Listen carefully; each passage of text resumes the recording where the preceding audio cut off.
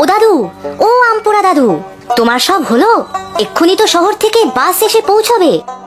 তা বাপু, সব তৈরি আছে, তবে জলটা বেশি ঠান্ডা হয়নি। জলের আর কি দোষ, যা গরম পড়েছে। কবে যে একটু বৃষ্টি হবে তা কে জানে। বাইরে কেমন কাঠ ফাটা রোদ্দুর দেখেছিস? এবছরও মনে হচ্ছে গরমটা অনেক বেশি পড়বে। হ্যাঁ, খবরের কাগজেও দেখলাম সেরকমই লিখেছে। দাও, বালতিটা দাও তো, আর এক বালতি জল নিয়ে আসি কল থেকে। না হলে তো তুমিই রোদের মধ্যে যাবে জল আনতে। আচ্ছা ঠিক আছে, আমি পোড়া আমগুলো ছাড়িয়ে রাখি। আজ মনে হচ্ছে সবাই বেশি করেই আমার আম পোড়া শরবত খাবে। সত্যি দাদু, তোমার আমপোড়া শরবতের জবাব নেই। পুদিনা পাতা দেওয়াতে আরো বেশি ভালো লাগে। বাস থেকে নেবেই সবাই হুমড়ি খেয়ে পড়ে তোমার এখানে। আজ থেকে তো নয়, সেই 15 বছর ধরে গরমের সময় শরবত বানাচ্ছি। তুমিও বাপু শরবত খেয়ে তারপর জল আনতে যাও।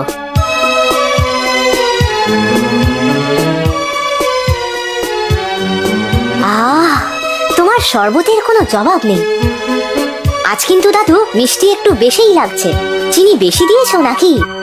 আরে না হে বাপু না, মন ভালো থাকলে শরবত এমনি বেশি মিষ্টি লাগে।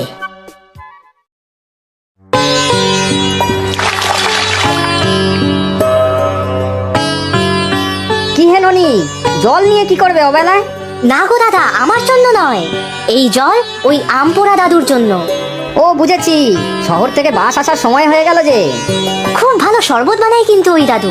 সে তো জানি, সেই ছোটবেলা থেকেই তো দেখছি ও বুড়ো গরম পড়লেই আম পোড়া শরবত খাওয়াতো সবাইকে। আমিও শহর থেকে বাসে ফিরে এসে কতবার খেয়েছি। আর আশ্চর্যের কথাই যে দাদু শরবতের পয়সাও নেয় না কারো থেকে। নিজের খরচে আর খাটুনিতে গরমের দিনে রোজ সবাইকে ঠান্ডা শরবত খাওয়ায়। তা ঠিক, এতজন লোক প্রতিদিন বাস থেকে নামে, খরচ তো কম নয়। আমি আমপোড়া দাদুকে কথাটা জিজ্ঞাসা করেছিলাম, কেন খাওয়াও নিজের গাটের পয়সা খরচ করে রোজ রোজ সবাইকে শরবত? তা কি বললেন উনি? মানত করা আছে নিশ্চয়ই। উনি তো বললেন জমানো কিছু পৈতৃক টাকা পয়সা আছে, সেই পয়সা দিয়েই রোজকার খরচ চালান। উনারা আগে বেশ বড়লোকই ছিলেন, তবে বেশিরভাগ টাকাই শুনেছি ওই দাদুর নামেই ছিল। একাই তো থাকে জানি, খরচ করার জায়গা নেই বলেই হয়তো সবাইকে মাগনা শরবত খাওয়ায়। তাই হবে, বুড়োর টাকা 12 ভূতে লুটে পুটে খাচ্ছে। আমি যাই এখন, শহরের থেকে বাস চলে আসবে। দেরি হলে দাদু আবার গোসা করবে। ওরে ননি, বাস তো চলে এসেছে। দে বাপু সবাইকে, দেখিস কারো যেন কম না পড়ে। এক হাঁড়ি তো শরবত করেছো, কম পড়বে কি? আজকাল কিন্তু দেখছি সবাই খায় না। না না, কেন খাবে না? কত দরদ দিয়ে বানাই আমি। কোথায় গো দাদু? দাও দাও শরবত দাও, যা গরম পড়েছে। এই নিন, লাগলে আবার দেব। সত্যি দাদুর এই শরবতে কি যে জাদু থাকে। এক গ্লাস খেলেই সারাদিনে সব ক্লান্তি উধাও। কি করে বানাও বলো তো? এই আর কি, আম পোড়া, চিনি, নুন, আর যেদিন পুদিনা পাতা জোটে বাজারে। না, সত্যি এর অপূর্ব স্বাদ। আমি আমার শহরের বন্ধুদের তো বলি শুধুই আমপোড়া শরবত খেতেই একবারই গ্রামে আসতে। কিন্তু আজকাল লোক অনেক কমে যাচ্ছে। আগে 25-30 জন একসাথে আসতো। দাদু একা সামলাতে পারতো না বলে আমি আসতাম সাহায্য করতে। আর আজকে মাত্র এই কজন। তাই তো দেখছি, বসে আছে কয়েকজন, আসবে তারা। আর অনেকে নতুন, হয়তো জানেই না এই শরবতের কথা। এই যে কাকা বাবু, ভালো আছেন তো? হ্যাঁ, সে ভালো। কোনো খবর পেলে তার? না, তবে পেলে জানাবো আপনাকে। সেই যে এরকম কাঠ ফাটা রোদ্দুরে বের হলো বাসে করে, ফিরবে যখন তখন তেষ্টা তো পাবেই। আমের শরবত খাবে দেখবে, খুব ভালোবাসে।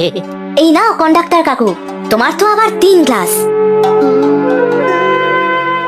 হ্যাঁ তাই তো, সেই কতদিন ধরে গরমের সময় রোজ আমিই তো আসি, তাই না কাকা বাবু? আচ্ছা কন্ডাক্টর দাদা, কাল বাসে সবাইকে বলে দেবেন তো এই শরবতের কথা। নতুনরা অনেকেই হয়তো জানে না এমন সুন্দর ব্যবস্থা আছে এখানে। ওরে ও ননি, বাপু সবাইকে আর একবার করে দে তো দেখি, এদের তো গ্লাস ফাঁকা। হ্যাঁ দিচ্ছি দাদু। আরো 4-5 জন আসবে কিন্তু পরে, বাসের ড্রাইভারের সাথে। আছে তো শরবত? হ্যাঁ বাপু, অনেক আছে।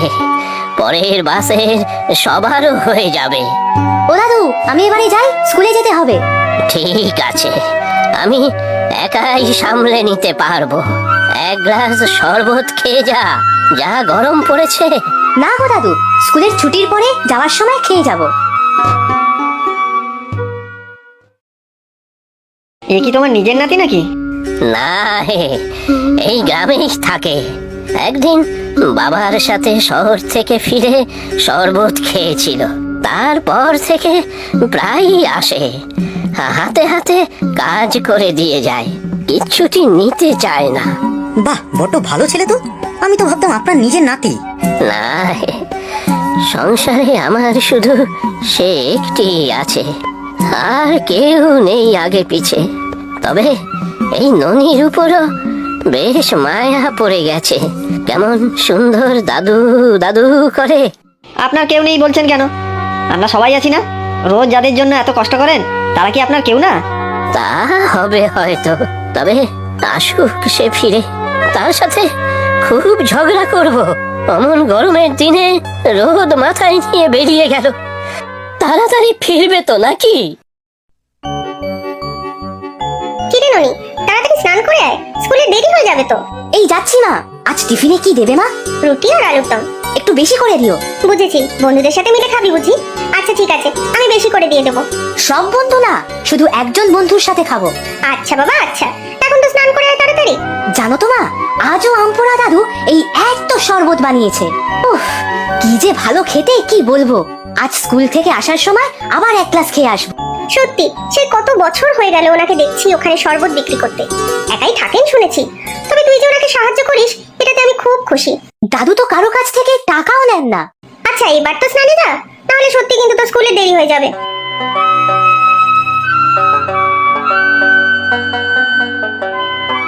ওরে ননি, বিকেলের বাসটা এখনো আসছে না কেন বলতো? আসবে আসবে, কোথাও হয়তো জ্যামে আটকে গেছে। তুমি বাস আসবে বলে সব সময় এত উতলা হয়ে পড়ো কেন বলো তো? বাস এলেই তো সেও আসবে।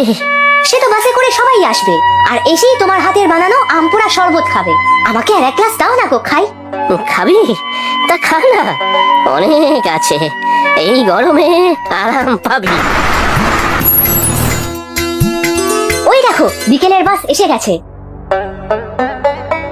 এই বাসেও আমাকেও দাও। পাবে পাবে, সবাই পাবে। ননি, দে সবাইকে, কারো যেন কম না পড়ে।